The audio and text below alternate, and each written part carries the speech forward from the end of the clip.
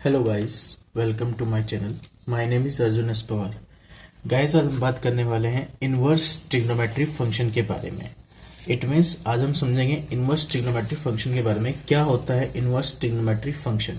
देखिए guys, inverse trigonometry function में सबसे पहले हमें फंक्शन के बारे में समझना पड़ेगा कि what is the meaning of function, कि फंक्शन क्या है किसी चीज का इनवर्स का। ठीक है, फिर हम समझेंगे ट्रिग्नोमेट्री के बारे में और फिर हम समझेंगे इनवर्स के बारे में। ओके गाइस, तो फंक्शन क्या होता है गाइस, आप लोगों ने 11th क्लास में चैप्टर हुआ करता है रिलेशन एंड फंक्शन का। उसमें हम लोग डिस्कस करते थे कि रिलेशन क्या है एंड फंक्शन क्या है। देखिए, एक छोटी सी बात तो बताता हूं मैं आपको। जो रिलेशन होता है वो यूनिक इमेज को रिप्रेजेंट नहीं करता। सॉरी, किसको रिप्रेजेंट नहीं करता? यूनिक इमेज को रिप्रेजेंट नहीं करता। इट मीन्स यदि हम बात करें किसकी रिलेशन की, तो वो यूनिक इमेज को रिप्रेजेंट नहीं करेगा, लेकिन जो फंक्शन होता है वो यूनिक इमेज को क्या करता है? रिप्रेजेंट करेगा। तो इसे हम फंक्शन बोलते हैं। ओके, रिलेशन में क्या होता था, मैं और बात और समझाता हूं आपको। रिलेशन में हम लोग ये पढ़ते, जो रिलेशन होता था वो इज द सबसेट होता था ए और बी की कार्टेशियन प्रोडक्ट का। आई होप ये पॉइंट पे अच्छे से क्लियर हो गया होगा। तो ये रिलेशन को रिप्रेजेंट करता है, और आई होप ये याद भी आ गया होगा आपको कि जो कार्टेशियन प्रोडक्ट होता है वो क्या होता है।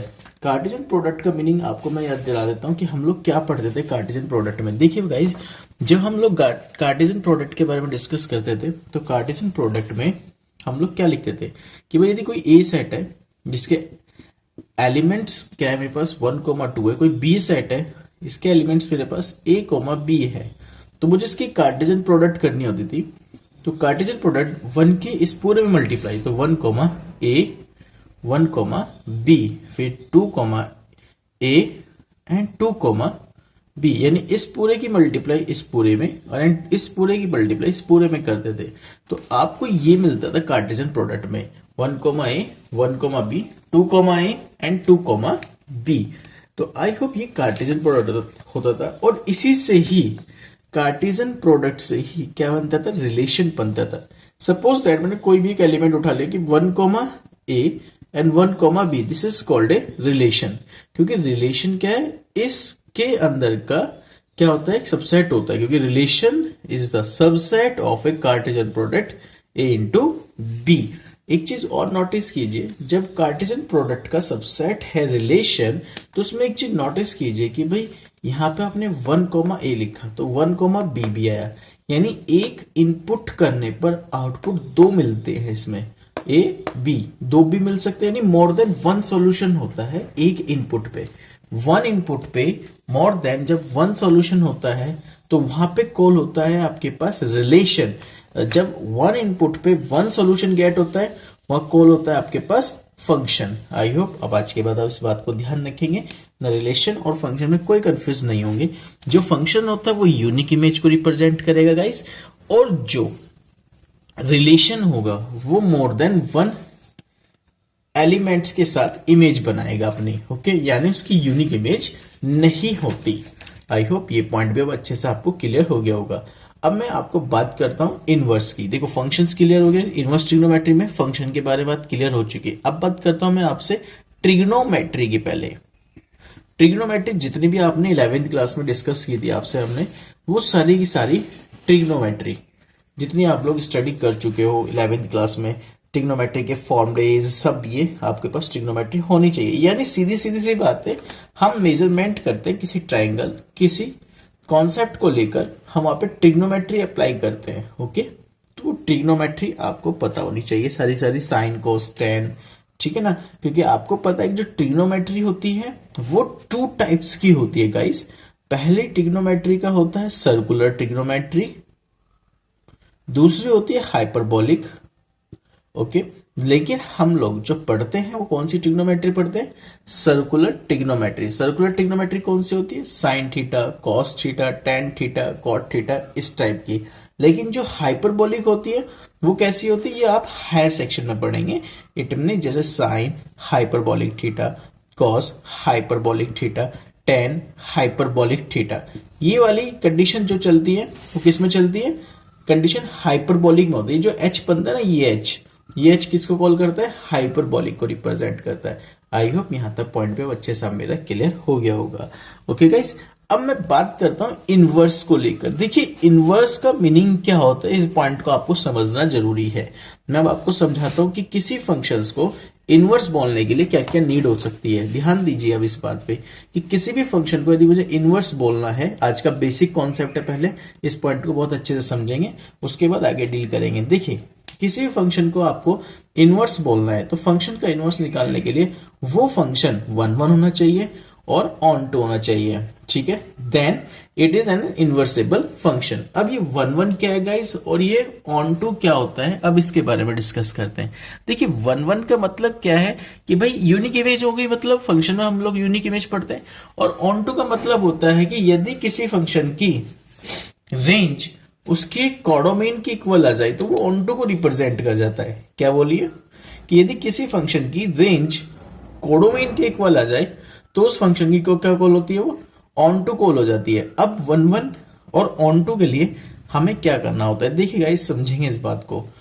यदि आपके पास कोई दो फंक्शन है, ध्यान से समझना बात को, मैंने लिखा f such that x tends to y, एक कोई फंक्शन है, it means y is equal to fx। एक नया फंक्शन है g such that y tends to x, it means x is equal to gy।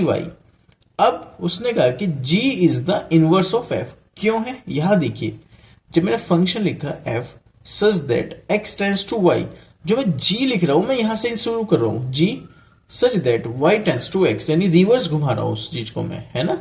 तो इट मीन्स ये इस point का क्या हो गया, इनवर्स हो गया। पहले x इनपुट होके y आउटपुट में था, अब y इनपुट होके x आउटपुट में हो गया। ओके, तो ये जो g बन गया है, g is the inverse of a f, it mean g is equal to f inverse. यानी एक फंक्शन था f, उसका इनवर्स कौन हो गया, g हो गया। अब वो कह रहा है कि इस फंक्शन को, ये फंक्शन किसी भी फंक्शन का इनवर्स होने के लिए उस पर दो क्वालिटी होल्ड होनी चाहिए। पहली क्वालिटी कि वो 1 1 हो, दूसरी क्वालिटी वो ऑन टू भी हो। यानी ध्यान रखेंगे कोई दोनों में से एक भी क्वालिटी नहीं है तो उस फंक्शन को हम लोग इनवर्स नहीं बोल सकते। इनवर्स होने के लिए दोनों क्वालिटी का होल्ड होना जरूरी है, वो 1 1 भी हो और वो ऑन टू भी हो। इट मीन्स अब आपको देखिए 1 1 फंक्शन के लिए क्या क्या है, ये दरअसल पार्ट है आपका फर्स्ट चैप्टर का, रिलेशन एंड फंक्शन का। बस यहाँ थोड़ी सी मैं इसमें बातें बेसिक आपसे डिस्कस कर रहा हूँ जिससे आपको पता रहे कि 1 1 क्या होता है और ऑन टू क्या होता है। बेसिक पॉइंट है मेरा, ध्यान देंगे। मैंने कहा कि भाई 1 1 फंक्शन के लिए दो एलिमेंट लेट किए मैंने, x1 और x2, जो बिलोंग्स करेंगे किसी रिलेशन के अंदर, ठीक है। उस टाइम पे मैंने क्या कहा, भाई यदि उन पॉइंटों की इमेज इक्वल है, उन पॉइंटों की इमेज इक्वल है तो उनके एलिमेंट भी क्या होने चाहिए, आपस में इक्वल होने चाहिए। ये बोलता है आपका 1 1 फंक्शन। क्या बोलता है, 1 1 फंक्शन। यदि कोई दो पॉइंट आपने लेट किए थे x1 और x2, वो बिलोंग्स करके यदि रिलेशन के अंदर, तो कह रहे इन दो पॉइंटों की इमेज इक्वल आ रही है तो उनके एलिमेंट्स भी आपस में इक्वल होंगे, या उन दो पॉइंटों की इमेज इक्वल नहीं है तो उनके एलिमेंटों की इमेज भी आपस में इक्वल नहीं होगी। ओके, आई होप यहां तक पॉइंट आपको क्लियर हो गया होगा। अब मैं बात करता हूं ऑन टू की। ऑन टू क्या होता है कि कोई फंक्शन है ए से बी पे बनने वाला, ए से बी पे बनने वाला कोई फंक्शन है, तो इस फंक्शन में क्या कह रहा है कि यदि किसी फंक्शन की रेंज कोडोमेन के इक्वल हो जाए, मैंने आपको ये बात कही थी, ऑन टू के लिए किसी फंक्शन की रेंज यदि कोडोमेन के इक्वल हो गई तो हम क्या कॉल कर देंगे, ऑन टू कॉल कर देंगे। जैसे कि आपने देखा एक इनपुट करने पर आउटपुट B1, एक इनपुट करने पर आउटपुट B2, एक इनपुट करने पर आउटपुट B3, यानी हर एक एलिमेंट की यहाँ पे कोई ना कोई इमेज बन रही है। इस वाले पार्ट में जो कोडोमेन वाला पार्ट होता है, उस वाले पार्ट में कोई भी एलिमेंट खाली नहीं है। इट मीन जो रेंज है वही कोडोमेन आ गई। जब रेंज कोडोमेन के इक्वल आ जाती है तो हम कॉल करते हैं गाइस क्या, ऑन टू फंक्शन। अब इमेज का चक्कर क्या है, ये इमेज क्या होती है, अब इस बात को समझेंगे। देखिए गाइस, इस इमेज के बारे में थोड़ा समझना पड़ेगा आपको डिटेल में। मैंने कहा ये कोई फंक्शन के लिए है, ये कोई फंक्शन है हमारे पास f जो a से b में बनती है। तो ध्यान रखेंगे ये जो पॉइंट हो गए यहाँ पे, जैसे आपने सपोज दैट यहाँ पे x y z और यहाँ पे आपके पास a b c। x ये वाला जो पार्ट होता है इसे बोलते हैं हम डोमेन पार्ट। क्या कॉल करेंगे, डोमेन। और जो ये वाला पार्ट होता है आपके पास, ये वाला पार्ट b, उसे हम कॉल करते हैं, जो b वाला पार्ट होता है इसे हम कॉल करेंगे आपके लिए कोडोमेन। ठीक है, आई होप यहां तक भी बात समझ में आ गया होगा। तो ध्यान रखना, जो डोमेन वाला पार्ट होता है वो इनपुट का पार्ट होता है। इनपुट मतलब क्या है, आप इनपुट करना चाह रहे हो उस फंक्शन के अंदर, तो उसका रिजल्ट क्या निकल कर आएगा। आपने एक्स इनपुट किया, रिजल्ट ए निकल कर आया। आपने वाई इनपुट किया, रिजल्ट बी निकल कर आया। आपने जेड इनपुट किया, रिजल्ट सी निकल कर आया। इट मीन्स रिजल्ट निकलने से मतलब क्या है, अब उस बात को समझिए। जैसे फॉर एग्जाम्पल बेस, मैंने पास कोई फंक्शन है F x is equal to 2x, मैंने कहा x की प्लेस पे 1 इनपुट कीजिए। x के रिप्लेस पे क्या इनपुट कीजिए, 1, कितना मिल गया 2। मैंने कहा x के रिप्लेस पे 2 इनपुट कीजिए, कितना मिल गया 4। मैंने कहा x के रिप्लेस पे 3 इनपुट कीजिए, कितना गया हो गया 6। तो जो मैं इनपुट कर रहा हूं 1 2 3, this is called a domain. और जो उनका आउटपुट आ रहा है, ये वाला जो पार्ट आता है, ये से रेंज होती है। जो आउटपुट वाला पार्ट होता है क्या होती है, रेंज होती है। तो इसी बात को मैं आपको समझा रहा हूं कि ध्यान रखेंगे, इनपुट करके जो आउटपुट आता है वो पॉइंट आपकी क्या बोली जाती है, रेंज बोली जाती है। और इनपुट वाला पार्ट हमेशा क्या बोला जाता है, उसका डोमेन बोला जाएगा। आई होप यहां तक भी बात आपको अच्छे से क्लियर होगी। अब गाइस मुझे क्या वर्क करना था समझिए। जब मैंने एक्स इनपुट करके ए मिला, दिस इज कॉल्ड, इसकी इमेज है। ये क्या बन गई, इसकी इमेज। यानी आप इसे ऐसे लिख सकते हैं कि भाई एफ एक्स की image B, A is the image of X, B is the image of Y and C is the image of Z. ये इसकी इमेज होती है एबीसी कोडोमेन। अब ये यदि मैं इसका रिवर्स बात करूं, इस तरीके से रिवर्स चलते हैं, तो ये इसकी प्री इमेज होगी। कौन सी होगी, इसकी प्री इमेज, यानी इसका इनवर्स। भाई मैं बात करूं x is the preimage of f inverse a, okay. और मैं बात करूं नेक्स्ट पॉइंट की इसमें कि f inverse b is equal to y, y is the preimage of b, या f inverse b is equal to y, या f inverse c is equal to z हो जाएगा यहाँ पे। आई होप यहां तक बात आपको क्लियर होगी यहां तक, ओके। ये सॉरी यहां पर एफ जेड था, एफ जेड सी की मैं इसको बना रहा था, ओके गाइस। तो शायद मुझे अब आई होप आपको बात क्लियर हो रही होगी कि इनवर्स होने के लिए क्या क्या क्वालिटी होनी जरूरी है। तो ये बात मैं आपसे डिस्कस कर रहा था इसी चीज में कि यदि हमें किसी फंक्शन का इनवर्स बताना है, तो उस फंक्शन के इनवर्स बताने के लिए हमारे पास फंक्शन 1 1 होना चाहिए, फंक्शन ऑन टू होना चाहिए। यदि कोई फंक्शन 1 1 ऑन टू है, वही हमेशा क्या रखेंगे, इनवर्स को रखते हैं, अदरवाइज नहीं रखेंगे, ओके। अब बात करता हूं बेसिकली जो आपने ट्रिग्नोमेट्री की 11th क्लास में टेबल को रीड किया होगा, वो क्या थी। यदि मुझे किसी फंक्शन की, ट्रिग्नोमेट्री फंक्शन की मुझे डोमेन और रेंज बतानी है, तो क्या होगी डोमेन और क्या होती है रेंज। देखिए गाइस, ये कोई फंक्शन है जिसमें sine x, cos x, tan x, cot x, sec x, cosec x, ये ट्रिग्नोमेट्री फंक्शंस होते हैं। ये इसका डोमेन वाला पार्ट होता है, इसकी रेंज होती है। रेंज मतलब होती है प्रिंसिपल वैल्यू किसी चीज की, ठीक है। डोमेन होता है इनपुट वाला पार्ट, रेंज होती है उसके आउटपुट वाले पार्ट को हम बोलते हैं, जो मैं अभी बात कर रहा था आपसे। साइन एक्स की यदि मैं डोमेन बताऊं, क्योंकि साइन एक्स हर पॉइंट पर वैल्यूएबल होता है, और साइन एक्स की वैल्यू कहीं ना कहीं सब कुछ में वैल्यूड होती है। ये सभी रियल नंबर को रिप्रेजेंट करेगी। इसी तरह से कोस एक्स होता है, वो भी रियल को रिप्रेजेंट करता है। लेकिन जो रेंज होती है, आप टेबल में देखिए, साइन की टेबल जब आप बनाते हैं 0 से 90 के बीच में, तो 0 से 1 के बीच में घूमती है। लेकिन जो साइन एक्स होता है, उसकी जो वैल्यू होती है वो -1 टू +1 होगी। कितनी होगी, -1 टू +1। सेम cos x की भी वैल्यू -1 टू +1 होती है। डोमेन भी सेम हो गया, रेंज भी सेम होती है, किसकी, साइन एक्स और cos x की, ओके। बात करूं यदि मैं tan x की, tan x क्या कहता है, मैं अब उस बात को समझिए। मुझे एक बात बताइए, tan किस क्वाड्रेंट, जो tan होता है वो टेबल में कितनी डिग्री को इन्फिनिटी डिफाइन करता है। आई होप 90 डिग्री को इन्फिनिटी डिफाइन करता है। तो आपको ये पॉइंट ध्यान रखना है, जो tan x का डोमेन होता है वो क्या होता है। यदि मैं रियल में से उसको माइनस कर दूं, किसको, n 2n+1 इंटू π/2 को, जहां पर n बिलोंग्स टू इंटीजर, तो उसका मुझे क्या गेट हो जाएगा, डोमेन। लेकिन जो मुझे रेंज बतानी है, रेंज क्या मिलेगी, इसके रियल। ये फैक्ट है, ये कहां से है, इसका भी एक अच्छा सा रीजन है मेरे पास, उसको भी मैं समझाऊंगा। फिलहाल अभी इस टेबल को देखते चलें। इस तरह से कॉटेक्स है, कॉटेक्स में क्या है, रियल में से यदि मैंने n पाई को माइनस कर दिया, जहां n belongs to integer number है, तो ये उसका डोमेन निकल कर आएगा, ये उसकी रेंज हो जाएगी रियल नंबर्स, ठीक है। sec x same as it is है, क्योंकि sec पे ध्यान दीजिए, sec ऐसी कौन सी वैल्यू रखता है टेबल में जिसकी वैल्यू इन्फिनिटी होती है, तो शायद वो रखता है π/2 की वैल्यू को इन्फिनिटी। तो π/2 वाला केस 10 का होता है और 0 का केस कोट का होता है। तो ये जो sec होता है वो 90 की वैल्यू इन्फिनिटी रखता है, तो it means r minus 2n+1 π/2 इसका डोमेन हो गया। सेम वही केसेस में, लेकिन जो इसकी रेंज होती है वो रियल में से माइनस कर दीजिए open interval -1 to +1। Okay, same cosec x होता है। कोसेक एक्स क्या होता है? कोसेक 0 की वैल्यू इन्फिनिटी डिफाइन होती है, जिस रीजन से उसे हम रियल में से माइनस कर देते हैं n π, तो उसका डोमेन बन जाता है। और साथ में जो उसकी रेंज होती है वो होती है -1 to +1, जब उसे हम रियल में से माइनस कर देते हैं, ये उसकी होती है रेंज। अब बात कॉन्सेप्ट की ये थी कि ये डोमेन में रियल में से हमने क्यों माइनस किया 2n+1 π/2 को, और रियल में से हमने क्यों माइनस किया n π को, जो n बिलोंग्स टू z बना रहा है। ओके, अब इस बात पे डिस्कस करते हैं। ओके गाइस, अब जो हम डिस्कस कर रहे थे वो डिस्कस कर रहे थे कि इस tan x का जो डोमेन है वो यही क्यों लिखा गया है, cot x का जो डोमेन है वो ये क्यों है, sec x का डोमेन है ये क्यों है, और cosec x का डोमेन यही ऐसा क्यों है। आइए इस बात को समझते हैं। पहले 1 मिनट बात को ध्यान से समझेंगे कैसा प्रोसेस में हो क्या रहा है। देखिए गाइस, इस पॉइंट्स को ऐसे समझिए, जैसे कि आपके पास 11th क्लास में बाकी जनरल सॉल्यूशन हुआ करते थे गाइस, वो जनरल सॉल्यूशन को समझेंगे क्या होता था। जनरल सॉल्यूशन जिस पोजीशन में बात करते थे जनरल सॉल्यूशन को लेकर, उस जनरल सॉल्यूशन को हम ध्यान से समझेंगे गाइस, ठीक है।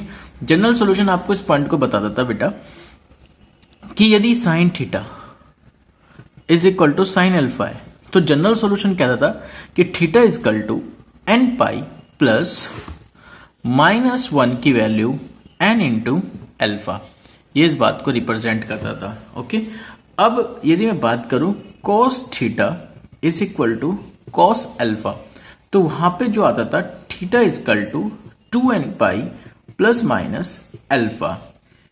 ओके, और इसके बाद आता है आपके पास यदि tan theta is equal to tan alpha, तो उसका जनरल सॉल्यूशन होता था theta is equal to n π plus alpha. यानी ये कब अप्लाई किए जाते हैं? ये तब अप्लाई किए जाते थे, जनरल सॉल्यूशन का मीनिंग होता था जब आपको 360 से ऊपर के एंगल चाहिए होते हैं, यानी बहुत सारे एंगल चाहिए होते हैं, तो आप जनरल सॉल्यूशन का यूज करते हैं। प्रिंसिपल सॉल्यूशन ज्यादातर 360 तक ही निकाले जाते हैं। आई होप यहां तक पॉइंट भी अब अच्छे से आपको मेरा क्लियर हो गया होगा गाइस। देखिए, यदि ऑक्सीलेशन के बारे में बात करें तो हम ये डिस्कस कर रहे थे कि वहां पर जब हम डोमेन बता रहे थे tan की, वो tan की डोमेन क्या थी। अब इस बात को समझना थोड़ा सा। यदि हम tan की डोमेन के बारे में बात करें तो डोमेन क्या होती है, पहले तो उसका मीनिंग समझिए। डोमेन का मीनिंग क्या होता है? जो डोमेन होता है वो डोमेन क्या होता है? डोमेन का मतलब होता है एग्जिस्टेंस वैल्यू, यानी मेरी वैल्यू जो है इस पर वेल डिफाइन होनी चाहिए। मेरा फंक्शन की वैल्यू इस पर वेल डिफाइन हो चाहिए। फंक्शन मेरा वेल डिफाइन हो रहा है उस पॉइंट पर, तो मेरा फंक्शन को क्या कॉल की जाएगी? उसकी डोमेन कॉल की जाएगी। यानी उस पॉइंट पर जो मेरा फंक्शन है यदि वो वेल डिफाइंड की सिचुएशन में आता है तो हम कॉल करते हैं डोमेन, यानी एग्जिस्टेंस वाली कंडीशंस होती है। ये कौन सी कंडीशन होती है?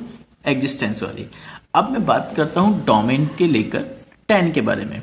अभी आपसे मैंने डिस्कस किया था tan x okay is equal to, ये बताइए इन्फिनिटी tan के टेबल में कितनी डिग्री पर होती है? आपने कहा tan की वैल्यू इन्फिनिटी जो होती है वो tan 90 की वैल्यू इन्फिनिटी होती है। ओके, जनरल सॉल्यूशन क्या कहते हैं? tan x is equal to tan alpha, तो angle x is equal to n π plus alpha हो जाता है। तो x is equal to n π plus alpha. Alpha कितना आपके पास? π/2। अब एक काम कीजिए, यहाँ पे कैल्शियम लीजिए, इसका एल्शियम आ जाएगा 2n π प्लस π/2। एल्शियम में 2 आ गया यहाँ पे। ओके, अब ऊपर से देखिए क्या कॉमन आ रहा है। ऊपर से जो सिचुएशन आपके पास बैठ रही है वो एक तो पाई की बैठ रही है, तो पाई कॉमन है तो सर क्या आ गया 2n + 1 और डिवाइड में कितना आ गया 2। तो शायद आपने देखिए जो मैंने आपको डोमेन लिखवा रखी है, ध्यान से समझना भाई, यानी x is equal to 2n + 1 into π/2, जहां पर n की वैल्यू किसी न किसी इंटीजर से बिलोंग करेगी। ओके, तो ये यहां से वैल्यू फाइंड हुई है, यानी ये समझाने की कोशिश कर रहा है कि tan जो 90 की वैल्यू केवल इन्फिनिटी नहीं होती है, और भी वैल्यूज होती हैं जिन पर tan इन्फिनिटी वैल्यू देगा आपको, केवल एक 90 पर नहीं देता, बाकी और भी इतनी सारी वैल्यूज हैं जिस पर tan इन्फिनिटी वैल्यूज आपको देगा। वो tan इन्फिनिटी किस किस पे दे सकता है? यहाँ पे n की जगह 1 रखिए, n की जगह 0 रखिए, 2 रखिए, 3 रखिए, 4 रखिए, 5 रखिए, 6 रखिए, तो इन सभी पर क्या देगा, 10 अपनी इन्फिनिटी वैल्यू देगा। इसलिए इन्फिनिटी पर फंक्शन डिफाइन नहीं होता। मैंने वही आपको डोमेन की डेफिनेशन बताया। डोमेन क्या होता है, जिस पर मेरे फंक्शन की वैल्यू एग्जिस्ट कर रही हो, और 90 पर मेरे फंक्शन की वैल्यू एग्जिस्ट नहीं करेगी, क्योंकि 90 डिग्री का है, इसलिए इस पर एग्जिस्ट नहीं करेगी, क्योंकि 90 पे वैल्यू इन्फिनिटी मिलती है, इसलिए आप इसे डिफाइन नहीं कर सकते। इसलिए उसने क्या किया, इसे रियल में से इसको माइनस किया और लिखा 2n+1 इंटू π/2। तो आई होप अब आपको मेरी बात अच्छे से क्लियर होगी, ठीक है ना। जो साइन, कॉस और टेन तीनों के आपने जनरल सॉल्यूशन अभी सीखे हैं, उन्हीं के रेसिप्रोकल के वही सॉल्यूशन होते हैं। साइन का रेसिप्रोकल कोसेक, टेन का कॉट और कॉस का हो जाता है आपके पास सेक। तो ये सब उन्हीं के ही रेसिप्रोकल के केसेस होते हैं, उसमें आप कर सकते हैं। सेम एज इट इज हम कोट के बारे में यदि डिस्कस करें आपसे, तो कोट का भी केस वही होता है गाइस। क्या होता है कोट का, यदि बात करूं भाई कोट एक्स, कोट की वैल्यू इन्फिनिटी किस पे होती थी, 0 पे होती थी। तो यानी वही कॉट मतलब tan हो गया, यहाँ पे tan का मतलब हो गया थीटा। जनरल सॉल्यूशन यानी x equal to n pi plus alpha. Alpha कितना होगा 0, यानी x की वैल्यू कितनी होगी n पाई। तो आप डोमेन में देखना, मैंने उसमें रियल में से इसे माइनस कर रखा। क्यों कर रखा है, क्योंकि कॉट केवल ऐसा नहीं केवल 0 डिग्री पर ही इन्फिनिटी देगा, ऐसी और भी सारी वैल्यूज है जिस पर कॉट क्या वैल्यू देगा, अपनी इन्फिनिटी वैल्यूज को डिफाइन करेगा। तो आई होप अब आपको ये बात बहुत अच्छे से क्लियर होगी कि हमने जो डोमेन होता था उसमें ही ऐसे क्यों लिखी हुई थी ये वैल्यूज। देखिए मैंने यहां लिख रखा भी है, 10 की वैल्यू को रियल में से माइनस किया 2n+1 π/2 करके, कोड में भी मैंने रियल में से माइनस किया n पाई करके। तो आई होप ये पॉइंट अब अच्छे से आपको क्लियर हो गया होगा गाइस। सेक और कोसेक, क्योंकि सेक में क्या होता है 90, तो 90 वाला केस 10 वाला आ गया, same as it is. Cosec वाला केस क्या होता है 0 का मतलब कौन सा केस आ गया, कॉट वाला आ गया, सेम एज इट इज। तो यानी जिन पर वैल्यूज इन्फिनिटी होते हैं उनको हमने माइनस कर रखा रियल में से, हमें तो एग्जैक्ट वैल्यू चाहिए, तो ये फंक्शन का डोमेन हो गए। तो हमने ये सीखा आज ट्रिग्नोमेट्री फंक्शंस के डोमेन क्या होती है एंड उस फंक्शन की रेंज क्या होती है। ओके गाइस, तो कल हम डिस्कस करेंगे इनवर्स ट्रिग्नोमेट्री फंक्शंस की टेबल। क्या इनवर्स ट्रिग्नोमेट्री फंक्शन, अब ध्यान रखेंगे, क्या ट्रिग्नोमेट्री जो फंक्शन है क्या वे इनवर्स हो सकते हैं, क्या ध्यान रखेंगे इस चीज का। और इस बारे में कल मैं आपसे डिस्कस करूं, और ये क्वेश्चन मैं आपसे पूछूं अभी, क्या जो ट्रिग्नोमेट्री फंक्शन होते हैं क्या वे इनवर्स होते हैं क्या। यदि आपको पता है तो आप मुझे कमेंट बॉक्स में अपना कमेंट लिख के सेंड कर दीजिए। आज के लिए इतना ही सिर्फ, जिसमें हमने केवल ट्रिग्नोमेट्री फंक्शनों की डोमेन और रेंज के बारे में डिस्कस किया, और डिस्कस किया कि किसी भी फंक्शन का इनवर्स होने के लिए वो फंक्शन 1 और ऑन टू होना चाहिए। 1 के बारे में डिस्कस किया कि 1 क्या होते हैं। 1 फंक्शन उसको बोलते हैं जब एलिमेंटों की इमेज इक्वल हो, तो वहां पे एलिमेंट भी आपस में कैसे हो जाना चाहिए, इक्वल होने चाहिए, ठीक है। तो ये तक भी पॉइंट आपको अच्छे से क्लियर हो गया। रेंज मैंने आपको बताया नहीं, सॉरी, जो मैंने ऑन टू बताया, ऑन टू मैंने यही समझाया आपको, यदि रेंज किसके इक्वल आ जाए, उस फंक्शन की कोडोमेन के इक्वल आ जाए, तो आप उसे क्या कॉल कर देते हैं, उसको कॉल करते हैं आप लोग ऑन टू फंक्शन, ठीक है। ट्रिग्नोमेट्री के बारे में डिस्कस हो ही गया, फंक्शन के बारे में मैंने आपसे डिस्कस कर ही लिया, इनवर्स के बारे में मैंने आपसे डिस्कस कर लिया, क्योंकि फंक्शन में आपने पढ़ा था कि जिसकी यूनिक इमेज होती है वो फंक्शन को रिप्रेजेंट करेगा। ट्रिग्नोमेट्री जितने भी आप पढ़ते हुए आ रहे हैं वे सभी ट्रिग्नोमेट्री 11th क्लास की टोटल, ठीक है। इनवर्स के बारे में डिस्कशन हो गया। अब मैंने ट्रिग्नोमेट्री के बारे में भी आपसे डिस्कस करा, जो ट्रिग्नोमेट्री फंक्शंस होती हैं उसकी जो टेबल थी, उसकी जो डोमेन होती है और जो उसकी रेंज होती थी, वो मैं आपसे डिस्कस कर चुका हूं। तो आई होप यहां तक आज के लिए इतना ही रहेगा। कल लेक्चर नंबर 2 रहेगा मेरे पास, जिसमें मैं आपको इनवर्स ट्रिग्नोमेट्री फंक्शंस की टेबल डिस्कस करूंगा और उसके कुछ क्वेश्चंस भी डिस्कस करूंगा कल। तो यानी कल हम एनसीईआरटी की जो बुक्स में डिजाइन की गई एक्सरसाइज है, फर्स्ट एक्सरसाइज, वो अच्छे से क्लियर करेंगे। इट मीन्स 2.1 अच्छे से कल क्लियर भी करेंगे। ओके गाइस, आज के लिए इतना ही। Thank you so much, thank you.